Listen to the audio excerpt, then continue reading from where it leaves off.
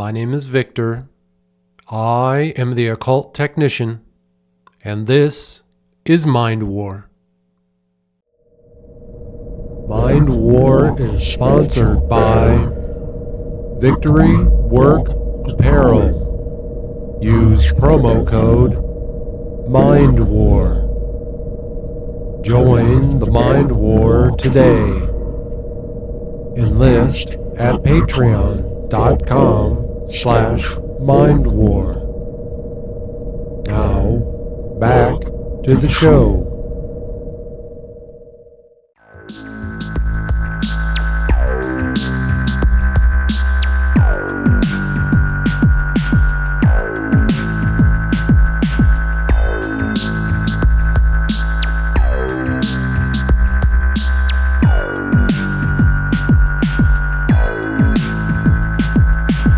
Welcome back to Mind War, folks. I appreciate you being here. We have a lot to cover today, so let's get started. Folks, we're going to jump right back into the book Magic History Theory Practice by Dr. Ernst Schertl, and then after a reading from the book here, we're going to do an extensive look at my magical journey over on Instagram, since we missed it in our last episode, because I went long with our advanced magical techniques, kind of 3 back-to-back there. So let's get right back into our book on page 101. In the final paragraph, we've been talking about body movements. Again, in the last episode, I showed you my magical stretching technique. And then we went on here and we talked about how important it is to reconnect with the body while you're doing this magical work. Again, a lot of what we're doing here is about healing the body, trying to restore ourselves, especially if you're an older guy like myself. It's about restoring. If you are a younger person, it's going to be about advancing your body, strengthening yourself. If you are, say, in your 20s and 30s, it's going to be about harnessing and maintaining your current health and not pissing it away by being an alcoholic and a drug addict or eating fast food and being a pig or whatever it is that you might be doing to damage your body. Instead, you're going to hold on to that. And hopefully you can extend the feelings you have in your 20s and 30s well into your 40s, 50s, and beyond, right? For me, again, kind of broken down, being a Marine, you really beat yourself up. Being an alcoholic for 20 years caused tons of damage. Being a 30-year marijuana user, had some negative effects physically. So for me, it's more about that restoration, right? But again, for you younger folks, it's about strengthening yourself and maintaining that strength, right? So let's go again back to page 101. From the book Magic History Theory Practice by Dr. Ernst Schertl. And it says this: the sensual practices are based on us turning off, if possible, all arbitrary motion impulses and relaxing our body to such an extent that it is still barely standing. At first, we assume a position of exhaustion. Arms and head are limply hanging down.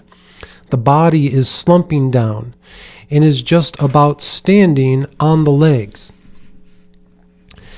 If we now follow the pull of gravity or act smoothly against it and give it certain counteracting impulses of motion, but without giving the movement any kind of aim, then we will notice that our directionless body, because of our will create certain vague movements and will automatically assume certain postures. Okay, so this is Dr. Ernst Schertl explaining one of his magical techniques, basically starting in this very relaxed state, allowing your body to sort of just be limp and allowing gravity and the forces that are coming into your body to really create the positions and the postures that your body needs to be moving into.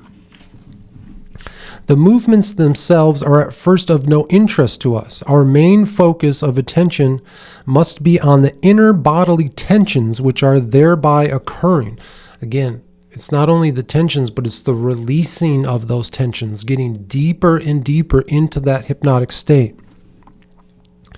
Every movement of our body is initiated and accompanied by certain organic emotions. And in getting used to paying attention to these tensions, they will reach a greater and greater clarity and intensity. Again, we do all of this. All of this work is to truly allow us to feel our emotions. That's the physical side of our spiritual work. Again, we're talking a lot about through this practice of the physical part of it. But it's the purpose is to allow us to truly feel our emotions, to harness those emotions. We don't just let them slip away. The instinctive basis of the indicated motions benefits the spontaneous appearance of such feelings of tension and lets our body have a say, whereas we are usually always out screaming the body with our intellectual direction. So again, I spent 20 years, almost 30 years, not listening to my body. We get put in these organizations, corporations, and institutions. They tell us when to be there, when to sit down, when to stand up. They don't give a shit about our bodies. They don't care what our bodies are feeling. They don't care how our physical bodies are connected to our emotions.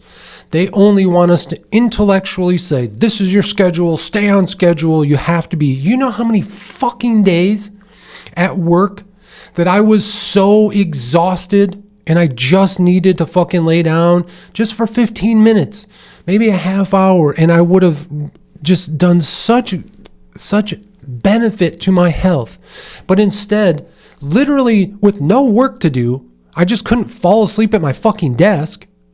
I was drinking energy drinks and drinking coffee and all of these things that were continuing to poison me, destroy my health, because the organizations, corporations, and institutions that run our society, cultural, and religions, they tell us we have to maintain the intellectual schedule and not pay attention to the body. We have to move away from that, folks. We have to move away from it.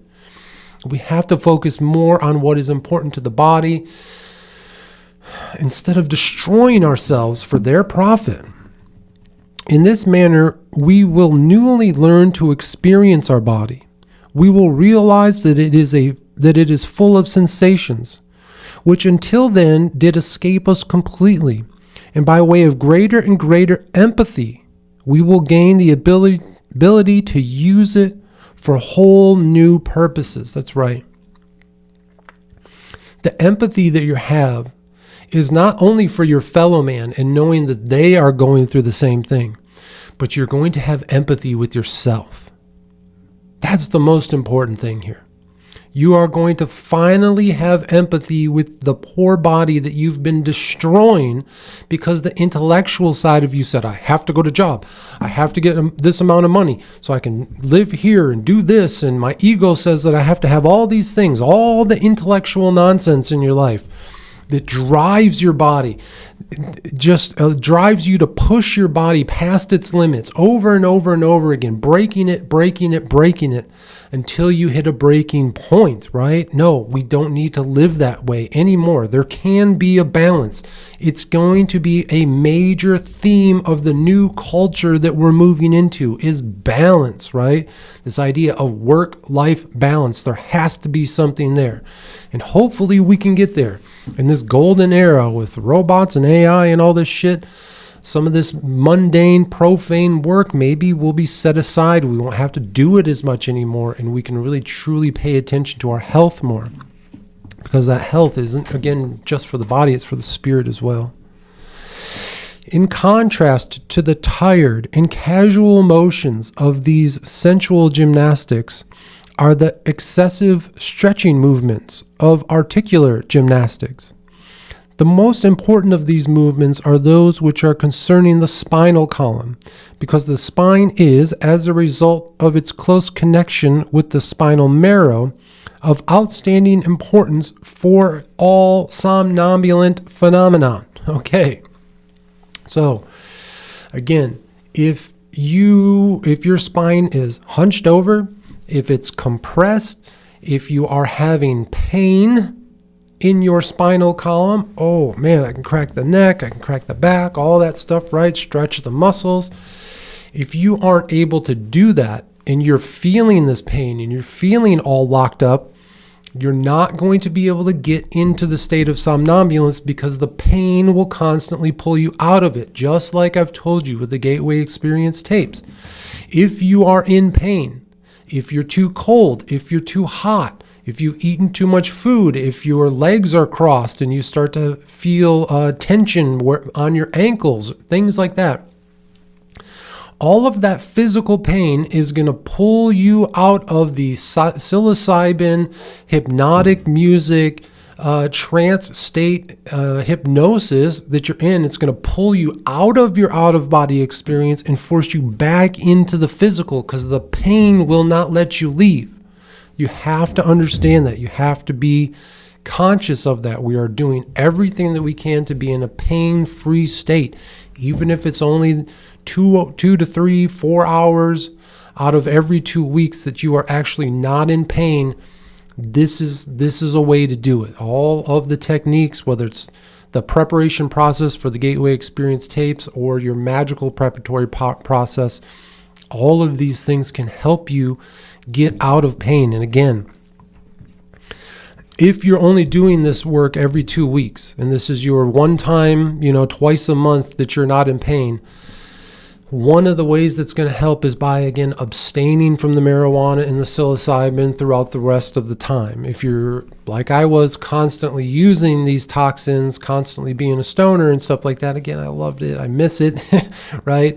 But the effect isn't as strong. So I do look forward to being in a healthy enough state to kind of reusing these substances, going back to the enhancements on my bi-weekly ritual states, right?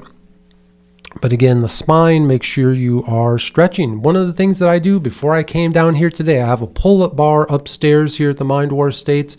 I hold on to it and I just allow myself to elongate. I can feel the joints in my spine kind of cracking. My shoulders get back in place.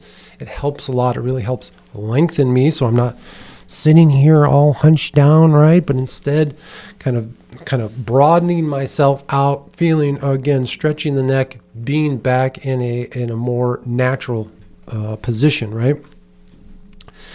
At first, one makes easy trunk bends to the front, to the back, and to the side. All right, Dr. Schertl's just, he's telling us just how to stretch now. Again, these are some of the stretches that you can do while the psilocybin and THC is kicking in, maybe before you do the Gateway Experience tapes. Again, you don't want to just lay down for 35 to 45 minutes if you're all locked up. You want to break free of that. And this is the first part, right?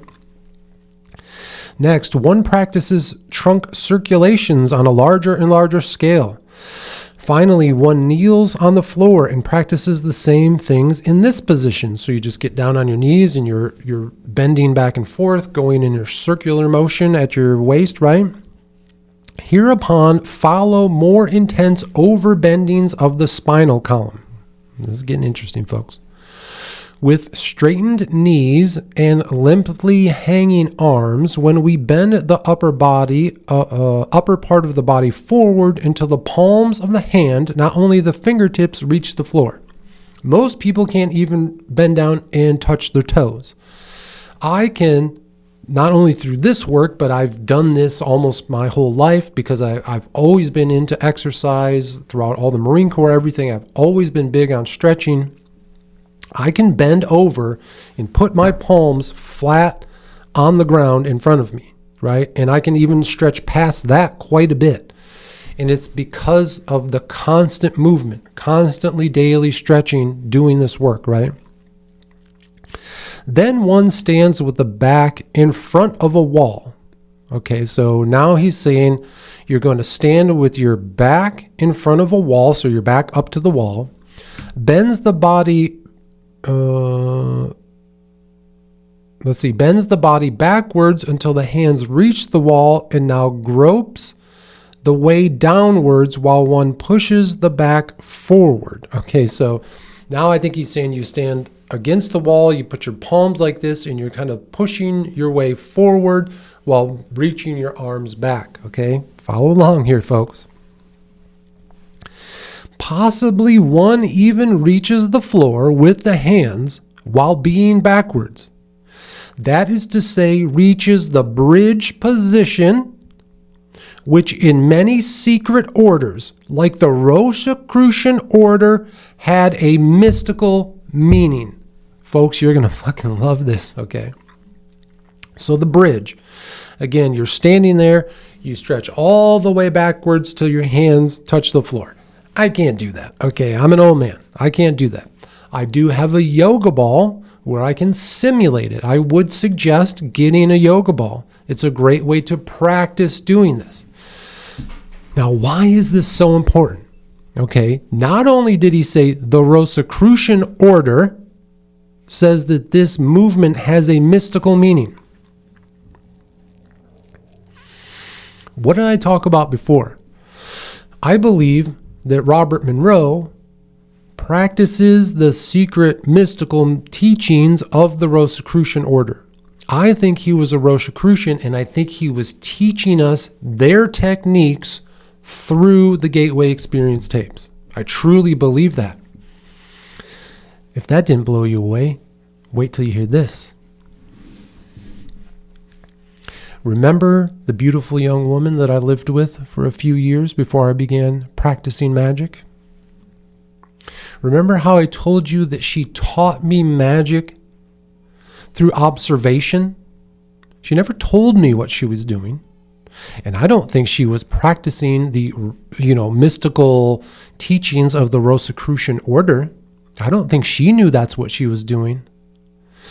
But the whole time that we lived together, from when she first moved in, it was about 3 years. Again, she completely transformed herself in those 3 years. She was an amazing woman when she got here, and she was infinitely more amazing when she left, right? Completely, I watched her transform in front of my eyes, and that's what gave me the motivation. I watched her and I said, "Holy cow! This chick said she was a witch. She did witch type things, nothing like I've talked to you about here in the series on magic, right? With the big altars and all the things that I've done. Much more minuscule things, smaller. But folks, from day one of moving in until she moved out, she perfected the bridge.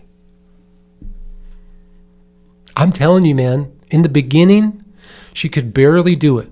She could barely bend back, but she was doing everything that Dr. Ernst Schertl is saying here. Starting by leaning on the wall, she got the yoga ball. She was stretching more and more and more. And by the time she left, she could do the bridge no problem. She had physically perfected herself. She had become very muscular. She had transformed her physical body, and she could just basically bend over backwards and do the bridge. No fucking lie. You think that's a fucking coincidence? Again, there are no coincidences here in the Mind War. This beautiful young woman, this woman who breezes in and out of my life, she taught me magic through observation. And one of the things was the bridge position. I had observed her do this over and over and over again. And when I read it here in this book, I said, holy shit, man. She is a witch. She is a magician. She was practicing magic that whole time. And if that's what she was doing in order to completely transform her life, then maybe I should follow suit, folks. I had been in contact with a living master the whole time. She had been going through the initiation herself. She had been going through the transition from being profane to becoming a magician right in front of my eyes. I didn't recognize it at the time. I thought these were strange little things that she was doing. It never quite made sense why she focused so much on doing the bridge position. Again, I don't think she read it in any book. Now, I saw her reading kind of witchcraft type books, but I don't know that any of them taught her to get into this bridge position and how important it was, or that it was many of the secret orders, like the Rosicrucians, had a mystic meaning for this. I don't think she knew that. I think she naturally knew it. That's what we're talking about here in the Mind War podcast. We're reaching back into our ancestry. These things that we do here are natural to us. They come to us through our animalistic intuition. That's why they work. That's why they're truth. And that's why the organizations, corporations, and institutions that run our society, culture, and religion want these things hidden from us. They do everything they can to make us not a natural animistic man. They want us focused into our phones, eating the junk food, sitting there all day at our cubicles, all that type of shit. Anything to keep us away from the powerful information that I'm sharing with you here today. So again, I want to thank you. If you're watching this out there, you know who you are. Thank you for what you did.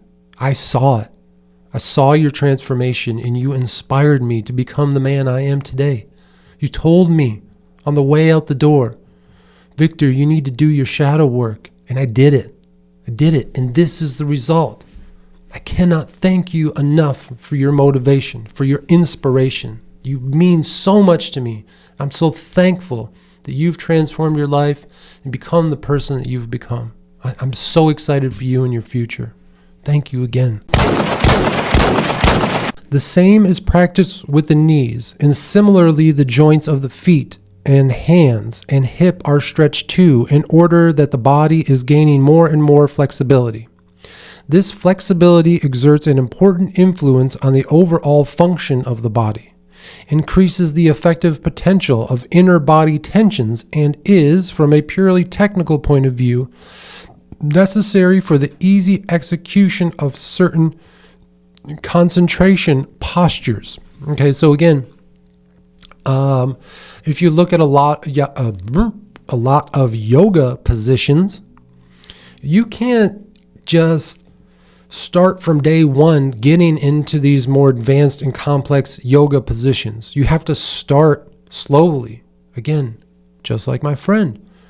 She was able to, over the years, start in a position where she couldn't get into the bridge, but she figured it out. She worked it over time. It took her years to do that. And the same thing here. We're going to continue stretching our body, and we're going to feel the tiny tensions. Just because maybe you can reach down and put your palms on the ground just like I can, doesn't mean that you can do the bridge. You have to keep stretching, and every time you're going to find a new point of tension somewhere in your body, and you're going to have to learn how to work past that, relieve that tension so you can continue your flexibility. It says here, the average European would not be able to execute the complicated ones of these positions and to hold them. A simple try would be enough for him to be completely irritated by the occurring pains, right? Again, Europeans, Americans, we've become sick, unhealthy, fat, lazy. We sit around all day. We're stuck in our cubicles all day. And again, the purpose of that, the purpose of being forced into this system is to keep us from the teachings of this book. The most evil, scary book written or read by the most evil, scary man in the world. Literally, on the back of this book, where my sticker is, there is a picture of Adolf Hitler. I cover it up because I don't want it to take away from what we're talking about here. But again, that's how they hide this information. They attached this book, Magic History Theory Practice by Dr. Ernst Schertl, one of the most important books on real, true, basic magic. They put Hitler's picture on the back of it and associate it with him in order to keep people away from it. It's an automatic barrier. It's going to stop the majority of people. 99.9% of people are just going to say, I'm not even going to fucking read that book. I don't even want to look at it. It's so evil, right? The Christian's going to say, oh, evil magic, scary. I'm going to stay away from it. They do that because they don't want you to have the knowledge that's found within this book, man. And because of that, we have Europeans and Americans who, by simply even trying to do one of the most simple stretching techniques, are completely irritated by the occurring pains. Again, they live in pain all day long, all their life, because I was that profane person, crunched down in my cubicle, sitting in my chair like a good little employee every day for 8 hours a day. Yes, sir. No, sir. Click, click, click on the keyboard. Click, click, click with the mouse. Answer the phone. Drink energy drinks all day. Don't fall asleep when you're fucking completely exhausted. And then go home and chug beers and take a bunch of weed in order to deal with the sadness and depression of what my life had become. Okay, so sensual and articular gymnastics are combined in such a way that one is completely devoting oneself to the occurring motion tendencies of the sensual practices, and with more and more passionate power is letting them come into effect. Okay, so this more sensual and articular gymnastics, you can think of it as the kind of probably like the dance. I don't know what the name of it is. I think I used to know it, of where it's kind of these slow but also very over-the-top movements. Again, when you do your stretching, when you do this stuff, you want to articulate it as far as you can. It's one of the things that make actors who are good on stage, they become good actors and they become good at their craft, is because they over-articulate. They speak loudly, they project in everything that they do, and that's what we're going to do here. When you stretch, you're going to stretch everything, not just your shoulder, your bicep, or whatever. You're going to stretch all the way out to your fingers. Everything is over extended. Everything is over articulated. Let's see. Every line of motion is carried out up to the point of its highest excess, and the speed is more and more violently increased in order that massive slinging movements, dizziness movements, and abrupt contortions of the overall body or of individual extremities are occurring. So again, especially if you're a younger person, you can get much more free and wild in your movements than I showed you in the last episode with my magical stretching. Very basic, because again, I'm an old man, but you can get much more wild with what you're doing. Again, don't hurt yourself. Be careful. But it goes on here to say is one must breathe deeply and, for example, not suppress occurring crying movements of the throat. Okay. That's the beauty of this work. When you do it, when you get into this state of being, this state of somnambulance, and you're doing your breath work and your kundalini and the music is keeping you in this hypnotic state, and you're doing these over-articulated movements, you're going to feel your emotions. They're not going to be dulled by the alcohol or the pills. I don't talk about SSRIs enough. You got to get off of that stuff, right? Tell your doctor you're done. Get off of them, okay? You're not going to drain your emotions by self-harm. You're going to allow yourself to feel your emotions. And folks, almost every single ritual, I have shed a tear. Not because of sadness, because of overly excessive emotion. The emotion pours out of you. The tears come from anger. The tears come from hatred. Sometimes they come from sadness, but oftentimes they come from joy. I would stream tears of joy down my face because of the realizations that I was coming to, because I was starting to understand that the things found in this book are real. They're starting to have true effects on my life. Tears of strength, tears of restoration, of creation. That's what those tears are when they flow down your face. Accept them, enjoy them, and understand. And know that they are a very important part of what we do here.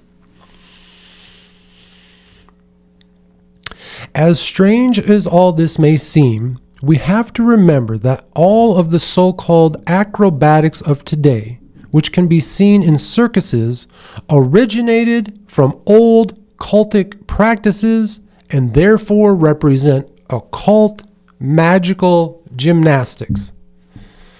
All right, folks, seriously, everything that we see in acrobatics, right? All of the things that we see in circuses, Dr. Ernst Schertl, the author here, is saying that they originated from old occult practices and therefore represent occult magical gymnastics. I highlighted occult magical gymnastics. Again, I don't know much about it, but those of you out there who are listening, maybe that's something that you're into. Maybe that's you've taken a dance class, you've already done yoga classes, things like that. Keep going. Those are the occult magical practices. You're going to, if you follow that road, if you pull at that thread, you're going to find deeper and deeper meaning to the actual movements that you're doing. So we're going to end it there today, folks. A very big revelation there. Again, the bridge. It was amazing watching the beautiful young woman that I lived with, this woman who breezes in and out of my life, watching her transform herself through her magical practice, not really understanding what she was doing or why she was doing it, but at the end of the 3 years, seeing her completely transform herself from someone who was already amazing, who I was such a big fan of, but literally perfected herself before she made her exit. I am so proud of you. I am so thankful that you showed me these techniques without even communicating to me what you were doing. It was through simple observation. I'm so excited to see what your future holds for you. And just thank you again. Now, folks, when we get back, we're going to do an extended look at my magical journey over on Instagram because we missed out in the last episode. We'll do that in just a moment. All right, welcome back, folks. I just came back from a little break. I went upstairs to get something to drink. And when I came back down, there was a little bug right on the tip of my microphone here. So that was interesting. But we're going to jump back into my magical journey over on Instagram at The Occult Technician. Now, today's review of my magical journey, again, we skipped out on this section on the last episode because we ran long. And today's part of the journey is going to get very personal and very deep. This is where I started to begin to see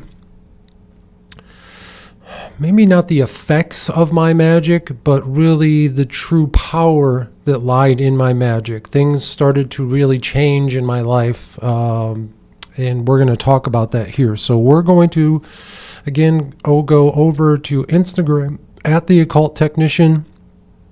You're going to scroll all the way down to a post from November 27th, 2023. So again, now we're coming up to the end of 2023. I had been at this point doing magic, very intense magic, for almost 2 full years at this point, right? And so we see here the night of a full moon. I have my yellow triangle, the triangle you see in front of me. I have the yellow version with the yellow sigil behind me. I pulled the card, the 9 of Wands. This was a fairly typical night for me, a typical card pull. You see the full moon there, and then the last photo you see the altar. I like to always take a picture of the altar, of what it looked like before I started practicing, just so you can see how it was all set up there. If you look at that last page on the left-hand side, you see that I use one of my yellow triangles with a black circle, and that's what holds the demon card. That's their place. That's their throne, if you will. I know in a lot of demonology practices that symbol, as far as I understand, the triangle with the circle in the middle, the triangle representing form, where the circle represents fluidity, the spiritual aspect. So you have the triangle, which is the physical world, and the circle, which is more the spiritual world, and it's kind of a way to call the demon into it and capture them into the physical world. Again, we do not capture or command the demons that we work with. We commune with them, so I think of it more as a throne for them. So let's go on to the next post from December 29th, 2023. This post from December 9th, 2023, what you're going to see here is a basically, let me start it from the beginning here. We, in season 2 of the Mind War podcast, we read from the book First Earth Battalion. So again, in season 1, we read from the book Mind War by Lieutenant Colonel Michael Aguino. And in season 2, we read from the book First Earth Battalion by Jim Chanan. So the way that I learned about this book, First Earth Battalion, is because in the movie The Men Who Stare at Goats, again, I've talked about this movie before. They called themselves the First Earth Battalion. They read and made reference to this book, or at least parts of this book. They also made reference to the Gateway Experience tapes. They never called them out by name, but they did talk about some of the practices and the techniques that we learned through listening to the Gateway Experience tape. So in preparation for Mind War Season 2, I wanted to make sure everyone had basically a copy of the book First Earth Battalion. If you didn't want to buy it or download it or whatever, I wanted to make sure everyone saw it, right? And what I did is, over top of this video, I took different audio cuts from the movie The Men Who Stare at Goats. Of course, I'm not going to play them here. I don't want to get any copyrights or anything.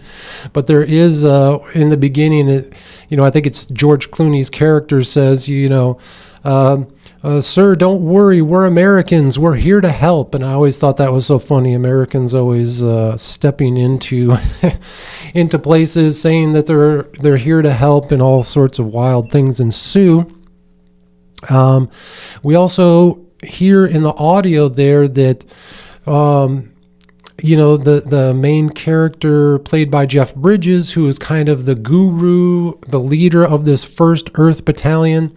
He talks about how that you're going through your hero's journey. That's what we're doing here. The dark night of the soul. We hear these different words for the work that we do here in the Mind War.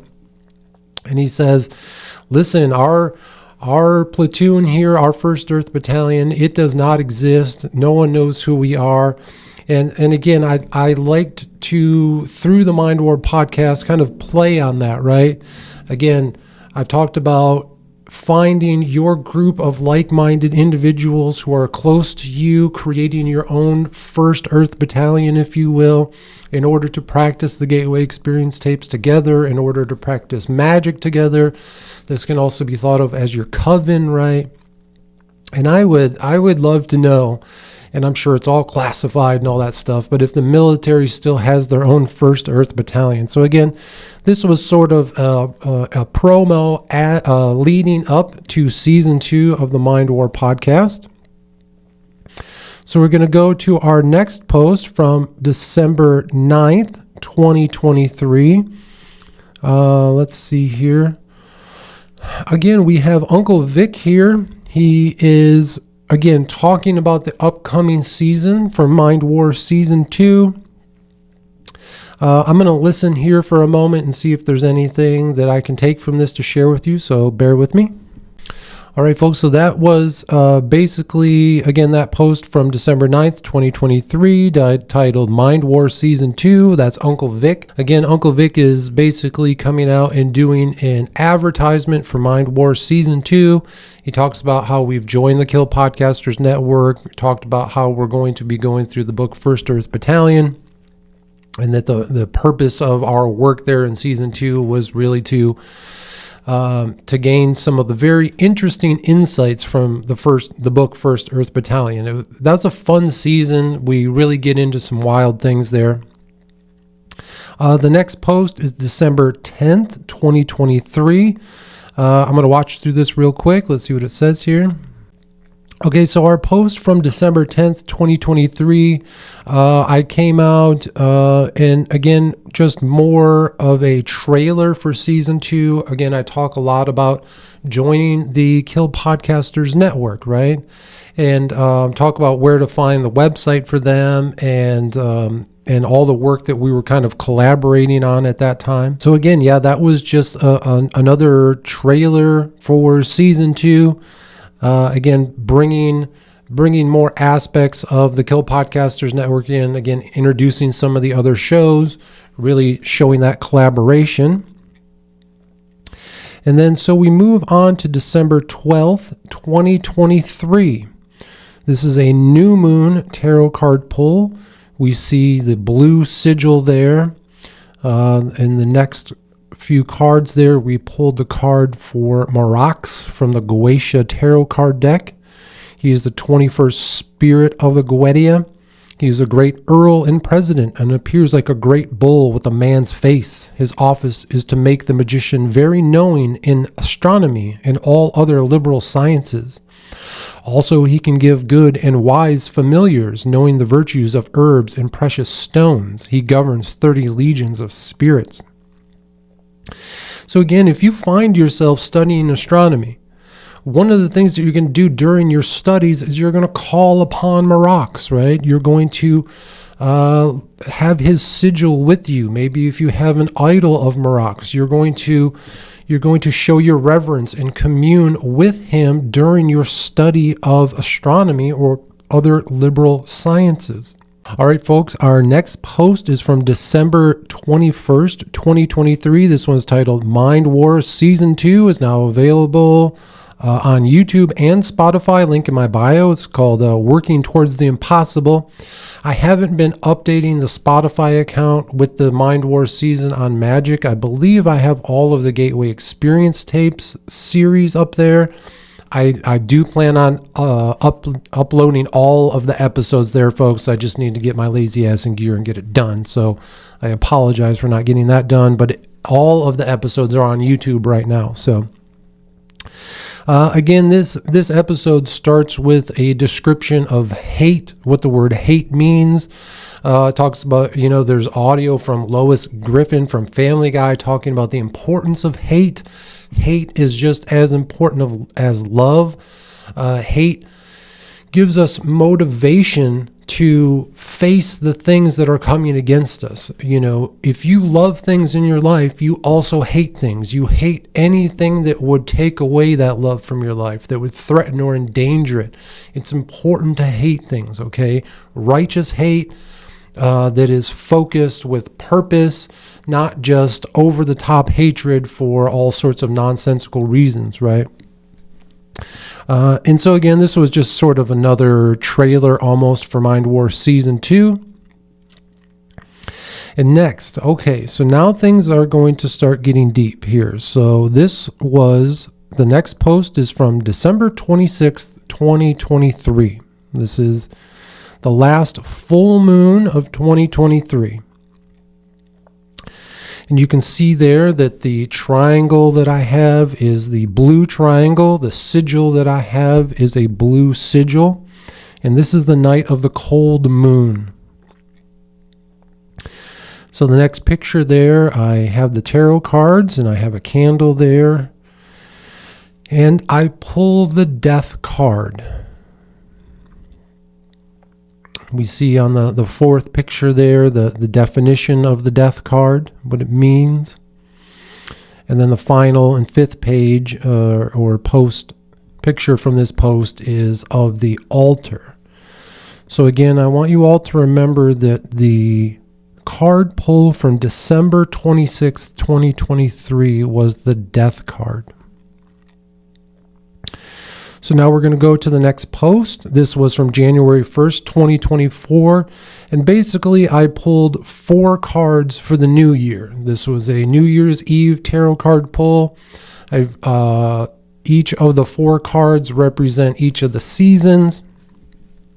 And again, with a tarot card pull like this, you're going to basically find meaning in each of the cards for the season that you went through. It's going to be more of a review. After you go through the 3-month season, you look back and say, did that card truly represent what the season was? And I think they basically did for these card pulls. But again, it's all personal to you, right? So our next post was from January 12th, 2024, and this is a fun video. I really like this one. I'm going to, have it on the screen for you to watch. And basically what you're seeing is a behind the scenes look at the Mind War Studios here. You can see here in this video, there isn't much to them. It's very DIY type stuff, right? And basically you see that I have 2 wooden side tables that I built. They're just stacked on top of each other. That's where the camera and the laptop that I'm recording all this on, they're sitting in front of me right now on these 2 tables. You can see the lights that I have here. These are just work lights, folks. These are those metal work lights that you're going to get from Home Depot. They have the multi-color changing light bulbs because I needed to be able to dim and lower them and find a color, range, a light range that would kind of light me up in a proper lighting instead of having the, pink lighting and all the stuff that the other seasons had. The lighting was really bad. So we have the lights coming from above. We have 2 of those. There are actually 2 lights on the floor behind me. That's what's lighting up the wall here to make, this is a black wall, but you see it kind of as blue, almost a purple color. It's because of those lights down there. We have red, LED lights strung all along the corners, down the wall, down the floor. That's what, when it, the red color and the blue, when they come together, you kind of get this purple hue. And there is a light in front of the podium lighting up the triangle in front of me. Okay, so again, all of this is stuff that I learned from watching the Red Bar Radio podcast with Mike and Jules, right? And we'll talk about that here in a moment. But this video shows me when I was doing the new moon rituals down here in the Mind War Studios. I had to, every other week or every once a month, basically, when I would come down here for the new moon, I had to tear the whole studio apart, right? I had to take everything apart. So as we can see here, I could set up the candles, and I would set the tables to the side of me. I had a little stool that I would set on. I would set up the paperwork with the 72 demon sigils, lighting the candle and everything. And then you can see throughout the rest of the video, this is what it looks like as I'm going through the ritual, as I'm pulling the tarot card, as I'm offering my drop of blood, right? I just wanted you all to kind of really see what the whole process was like. Again, I had to fully tear down the studio and rebuild it once a month in order to do my magical rituals here in the Mind War podcast, or here in the Mind War Studios. I want you all to understand that before I recorded any episodes, I've been doing magic down here. Now, the Mind War Studios, it's in the basement here. I do the new moon rituals here in the basement because I like my feet planted as deep as I can. My feet are, usually I take my shoes off. They're planted right on the cement, right? I'd like to ground myself as much as possible on the new moon. The full moon, I do it upstairs because the full moon is more enlightening. We're pulling ourselves upward. We're looking up to the stars. Again, with the new moon, we're grounding ourselves to the earth. So, very fun video. I really like that one. And let's see. Let's go on to our next post from January 13th, 2024. Again, a perfect picture here of the Mind War Studios. Everything that I just talked about, the lighting in front of or above me, the lighting in front of the podium behind me. You can see the laptop and the camera. Very basic setup, very simple. But again, this is the result of putting in quite a long time, multiple seasons worth of work, moving from my kitchen table down here into the Mind War studios, building the podium, not knowing why, but building it because I knew it would be something cool. And it turned out great. This is amazing. I love the way it looks. I enjoy speaking from the podium. And really just a cool look at the Mind War Studios, a kind of behind the scenes look for you all to see what goes on and to see how simple it really can be. Again, I zigged and zagged a million different ways to get here, but you can kind of look at this picture and just get started very easy, right? You can see how simple it is to get this stuff done. So our next post from January 14th, 2024. This is one of my occult sermons, and this is titled, What Are Demons? This was my first attempt at explaining what demons are, right? And again, I've talked about this before. Demons are simply characters that were assigned to different human emotions or human characteristics. Things like greed and lust and wrath and envy and gluttony and slovenliness, right? All of these different kind of negative human characteristics, in order to share these characteristics with others, in order to teach others about them in the ancient times, they didn't have psychology books, right? Instead, they would create these creatures and they would attach them, Lucifer, Satan, Beelzebub, and so on, right? And they would attach them to these human characteristics in order to tell stories about them. And these creatures, these monsters, these demons were meant to represent these negative human characteristics. And what we find is, again, once you can put a name to them, once you can put a face to them by facing your demons, and you commune with them, you start to understand what they want from you. They want you to improve. They want things to get better for you. They don't want you to continuously be slothful and gluttonous, right? They want you to wake up, do some exercise, eat right so you can become the best version of yourself. Now, where demons become manipulated in our world is that when people understand the power of gluttony, right? Perfect example, very easy. If you're the head of a fast food corporation, you're going to make your foods as addictive as possible and use the demon of gluttony against your customers. You're going to have their sigil. You're going to have their idols in your office. You're going to worship them because they're going to make you billions of dollars, because you're going to manipulate the human customers by using the gluttonous demon, right?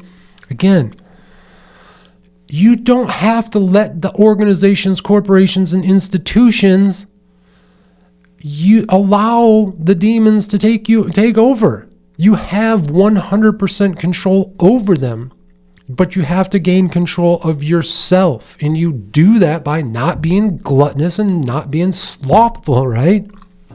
This is what it means.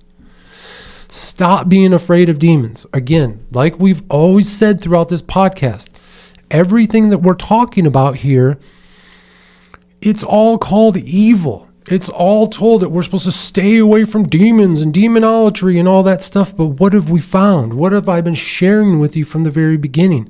We commune with them. They ultimately want what's best for us by showing us the worst part of us. They are given scary monster-like characteristics in order for us to fear what they represent, not fear the demon. The demon isn't going to come down as a monster with real muscles and bones and fangs and come and get you with their claws and shit like that. Like Tucker Carlson talks about, oh, a demon came to my bed and scratched me all up. Dude, you sleep with 4 dogs in your bed. You got scratched by your bed. Shut the fuck up with that demon nonsense, right? That's him distracting you from the truth of what demons truly are. Again, just these representation of human characteristics. And my goal, my hope here is that through this simple explanation, you all understand that and no longer fear them, but instead commune with them, understand what they want from you, understand how to commune with them in order to change your aristos, to become a new person, to transform yourself. And that's really what I talk about here in this post from January 14th, 2024, with the post titled, What Are Demons? The Occult Sermon, okay? So the next one, January 19th, 2024, win the lottery using magic. That's this post here. And simply, I give sort of a thought, project, okay? So one of the problems with the lottery, if you're playing the lottery, I don't think you should, but if you are, one of the things about the lottery is if you go into it just wanting to win money, just wanting to win the lottery, that's exactly what's going to happen. You're going to lose every time because in your mind, all you're saying is, I want to win the lottery. Well, the lottery is the game itself. It's the little scratchers that you're doing. That's all you're going to win. You're going to win another lottery ticket because you're going to lose the game and have to buy another one. Now, if you start small and you say, I want to manifest a can of Coca-Cola in my life. I want to manifest a can of Coke. By winning the lottery, what you do is you go say you buy $10 worth of scratch-offs. A can of Coke is $3 today. So you scratch off your scratchers until you win $3. Then you use those $3 worth of winning lottery tickets to buy a can of Coca-Cola. You have manifested a can of Coke by winning the lottery. Now, move on to something bigger. Move on to a carton of cigarettes. Not that you should smoke. Move on to filling up your gas tank that's $100. And you keep buying scratch-off lottery tickets until you've won $100 worth of lottery winnings, and then you buy the gasoline with it. You have manifested a full tank of gas by winning the lottery. If you continue to do this, and it goes higher and higher and higher, you will eventually win enough money from the lottery in order to buy a home. The problem is you might spend 10 times the amount of money on lottery tickets than if you would have just purchased the home in the first place and not bought the lottery tickets, which is ultimately the message in this video here. The magician doesn't even play the lottery. He knows that it's fake. You don't get yourself caught up in that game. Instead, you manifest the things that you want in your life through hard work. That's what magic is, okay? So next, January 20th, 2024, this is a great little ad that I made, again, for the Kill Podcasters Network. Things were kind of ramped up at this time. I was in communication with the guys quite a bit. We were communicating over Instagram quite a bit, back and forth. At this point, all of our podcasts, we were having weekly episodes uploaded to the Kill Podcasters Network. It really seemed like there was some momentum going there, right?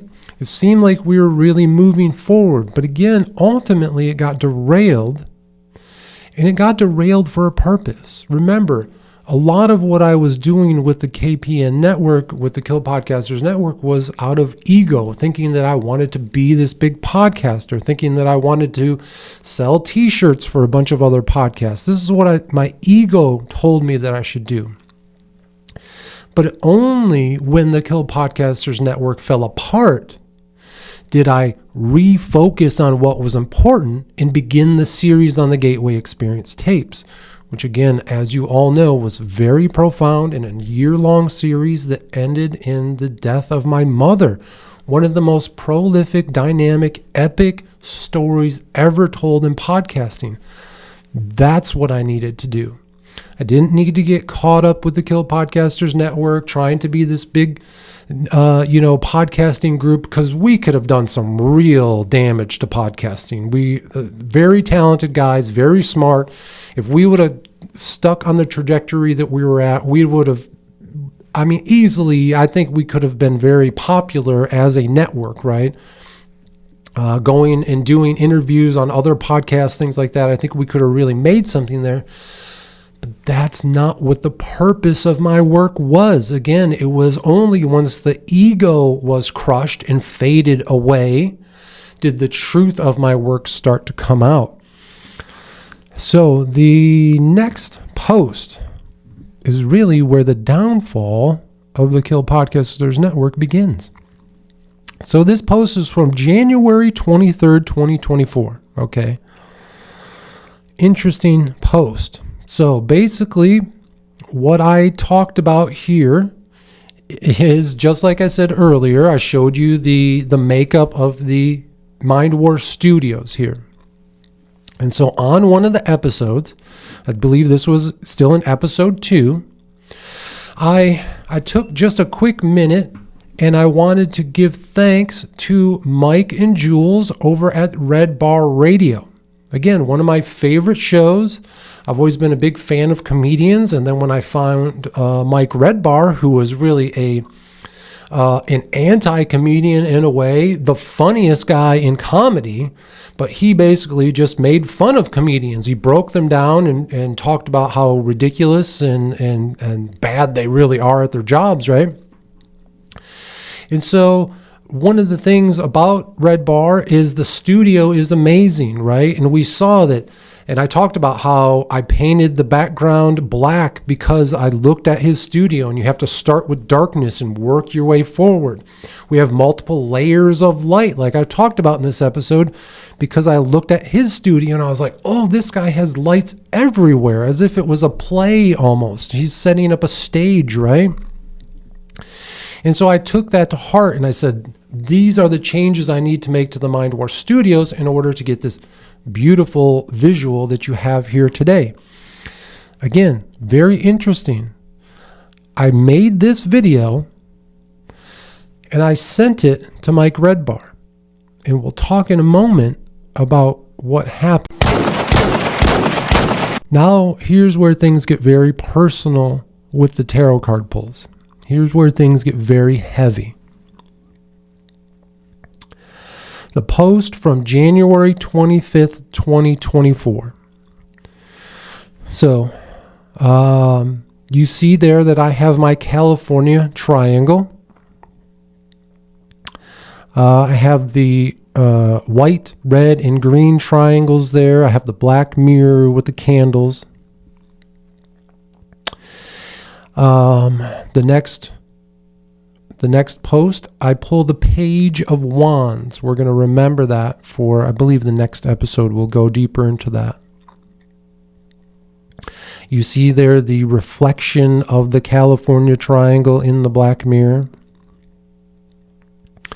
We see the meaning of the Page of Wands. You see there a picture of me doing my magical stretches, right? So this was my first time of trying to show everyone what I really do. I was upstairs there in the Mind War Estates. That's where I do my magical rituals there. And now this final photo here from this post from January 25th, 2024. Right in the middle of my altar, there is a photograph. And that photograph is of my uncle-in-law. So, out in California, I got married. I'm now divorced, right? We were married for almost 15 years. We had Gemini twins. We got married and had our twins together. And in California, we really only had 2 family members. And they were the aunt and uncle of my ex-wife. And so for my Gemini twins, they really represented grandma and grandpa. That's a great way to think of it. They were at that perfect age to kind of be the grandma and grandpa for them, right? And so the picture that you see there on my altar was of my uncle-in-law, Uncle Steve, right? So here's where things get strange. Here's where the magic really starts to happen. And this was the first tarot card pull and the first instance of magic in my life where I realized, holy shit, something real here and something very powerful is happening. So remember, the last full moon tarot card pull from 2023, I pulled the Death card.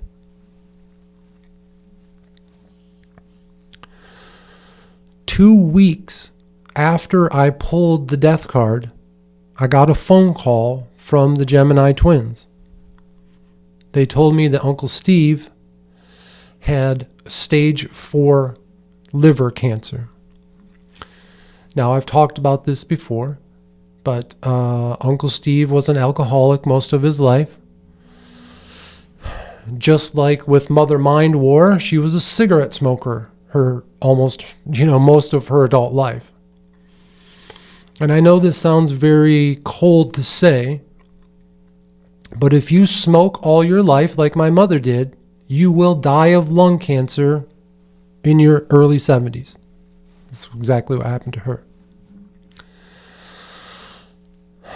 Uncle Steve died of liver cancer. I believe he was around 70 years old as well. This is what is going to happen to you if you drink and smoke, for most of your adult life, for 50 years, basically, for both of them. This is what will happen. You will die in your late 60s, early 70s from diseases that result of these habits, right? And so again, in the end of December, the last full moon of December 2023, I pulled the Death card. On this night, January 25th, 2024, I listened to the Gateway Experience tapes. It was around midnight. I listened to the tape where we did remote viewing. I went through the tunnel. I remote viewed myself going into the room where Uncle Steve was lying on his deathbed. I knew it well because I had been in the home many times. So it was very dynamic for me to see it in my vision, right? Again, listening to the Gateway Experience tapes, having the out-of-body experience, doing the remote viewing. I saw him there. I saw next to his bed a cup of milk and honey. I'm not sure where this symbolism came from. I think in the Bible it talks about milk and honey. I lifted it up to him and I said, Uncle Steve, it's, you need to make a decision, a choice. You can drink this and come back, or you can drink this and move on, but you have to make a choice. And so at that time, I believe it was about 3 hours. I kind of timed it out from what the Gemini twins said. It was about 3 hours later that he passed away. So again, the last full moon of 2023, I pulled the Death card. 2 weeks later, my uncle-in-law was diagnosed with end-stage liver cancer. And 2 weeks after that, he passed away. Basically, before the next full moon.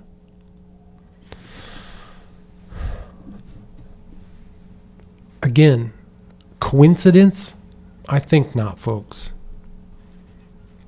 For those of you out there who are skeptical, you might say it is just a coincidence.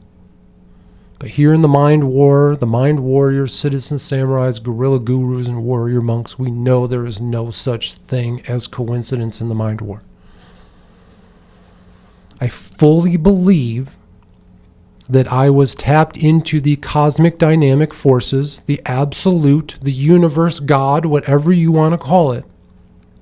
And I received a message through the death tarot card of impending death. Now, Uncle Steve would have died of that disease whether I pulled that tarot card or not. The tarot card was not the cause of his death. It was simply a warning. And that really is just sort of the beginning of what some of these tarot card pulls can do, right? But this is a great explanation of the power of them, okay? Very heavy card, a very heavy month, very difficult to come to terms with what had really happened. Again, not just the death of a family member, but again, this idea that the card pull happened right prior. So very interesting. I hope you understand how deep that really is. So we're going to go on for just a few more posts here. The next post is from January 6th, 2024. It's called Welcome to Saginaw. This is a fun one. Go watch that, folks. It basically just talks about how the city that I live in was named one of the top 3, I think it was the 3rd most dangerous city in America. And then I played some audio and video footage from my security camera here at the Mind War Estates, where after a local high school graduation, there was, 100 gunshots. I mean, it was just crazy. They were all shooting at each other. I definitely live in an inner city here. The high school was majority black. And of course, after their graduation, they had to shoot at each other like a bunch of maniacs, right?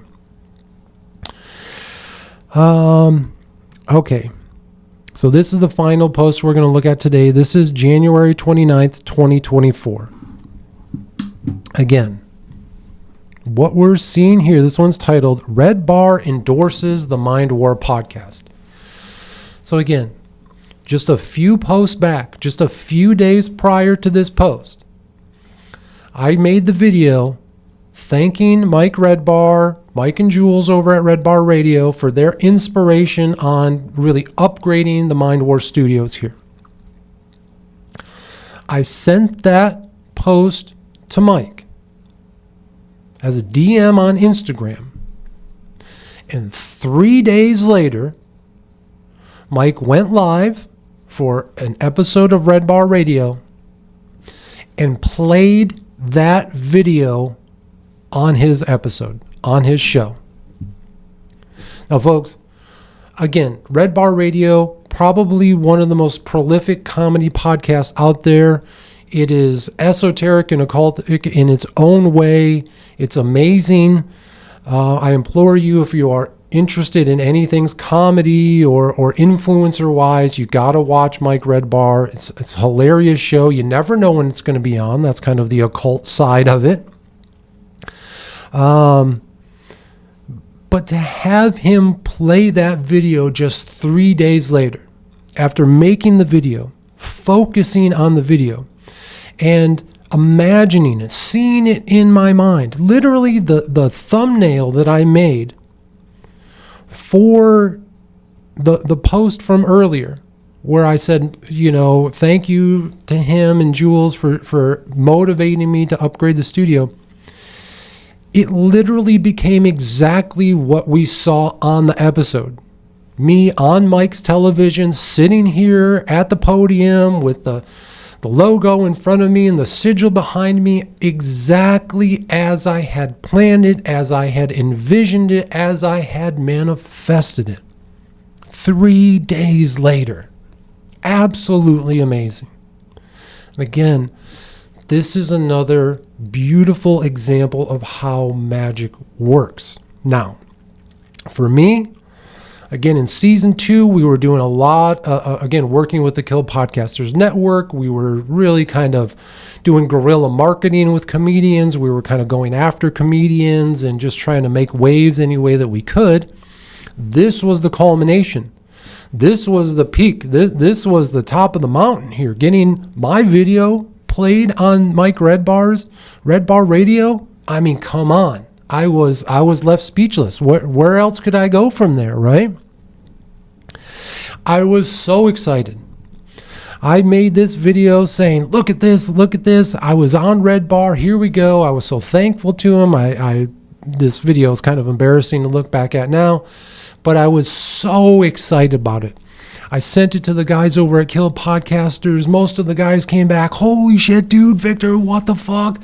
You got us on on Mike Red Bar, because at the end you see all of us from one of the ads that I created earlier. You see all of us there on Mike's screen. Just amazing. So fucking cool, right? It's got over 1,000 views.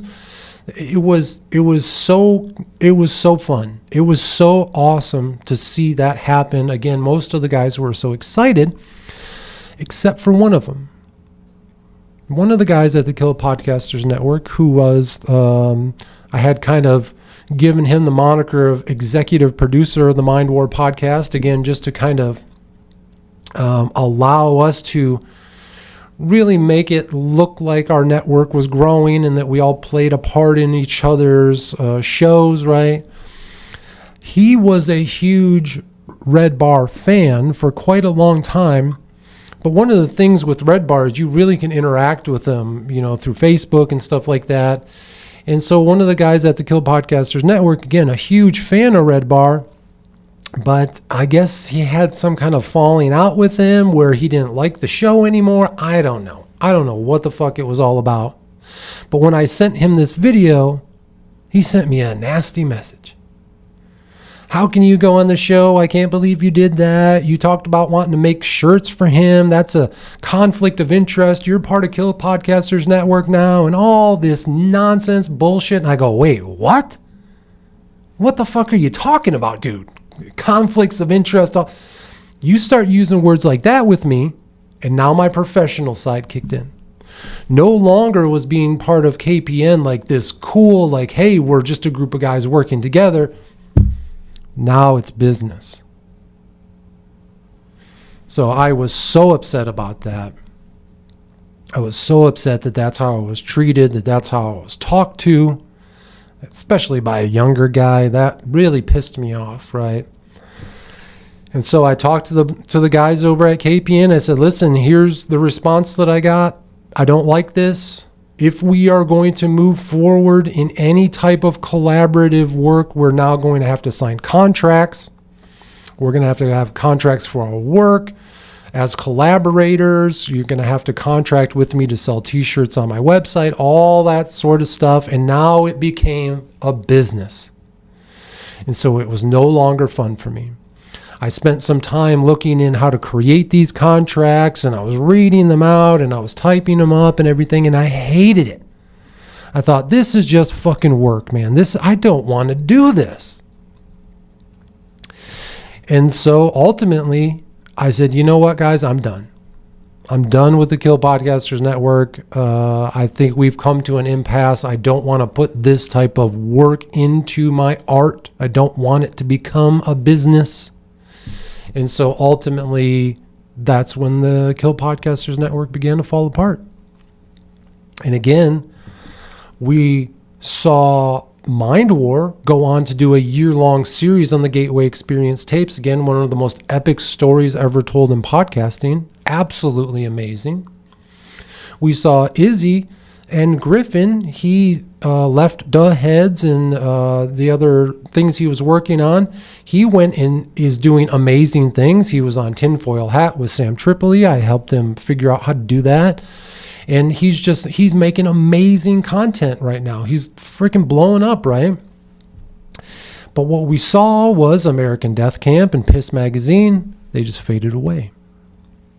It was almost as if Izzy and I absorbed their power, absorbed their energies in a way and vampirized them, maybe, because we excelled and they, as far as I know, disappeared. A few months ago, I saw Piss Magazine and American Death Camp. They both put out episodes, but that was it. It was a one-off episode. We hadn't seen them for a year. They do one episode each, and then I haven't seen anything since. So as far as I know, it's over for those guys for this type of work. I don't know. So yeah, that was, in an episode like this where we talk about human death, the death of my uncle being kind of foretold through the tarot card pull of the death card. We see the death of the ego, my ego, of thinking that I wanted to be this great podcaster and be part of a podcaster's network and sell t-shirts for other podcasts and all sorts of things. We saw the ego death happen. But again, out of it, we saw this resurrection where, again, I created one of the most epic series in podcast history, my series here on the Mind War podcast of the Gateway Experience tapes. So, folks, I know in the last episode we had to skip my magical journey, but I think you understand why. I hope you appreciate what we went through today on my magical journey. That's definitely the last post that we're going to look at today. I appreciate you being here, and as always, remember, folks, harden your hearts and open your minds, because this is Mind War.